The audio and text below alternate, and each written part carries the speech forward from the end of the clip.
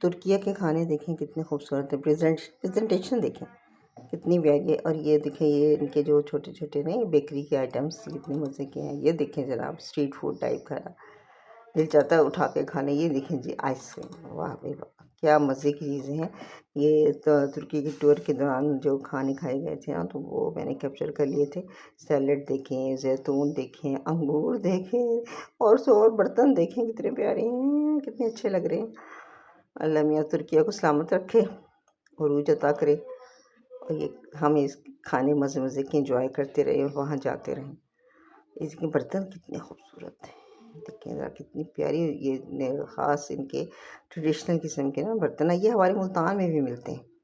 मुल्तान में भी इसी कलर्स में, इसी डिज़ाइन में बर्तन मिलते हैं, और यही स्टाइल है, तकरीबन यही स्टाइल है मुल्तान के बर्तनों का। भावलपुर में, मुल्तान में ये सब चीज़ें मिलती हैं। बस इनकी प्रेजेंटेशन अच्छी है, उनके खाने देखें, बस लुत्फ़ उठाएँ। खा तो नहीं सकते, लेकिन देख के ज़रूर महसूस कर सकते हैं कि कितने मज़ेदार किस्म के खाने होंगे।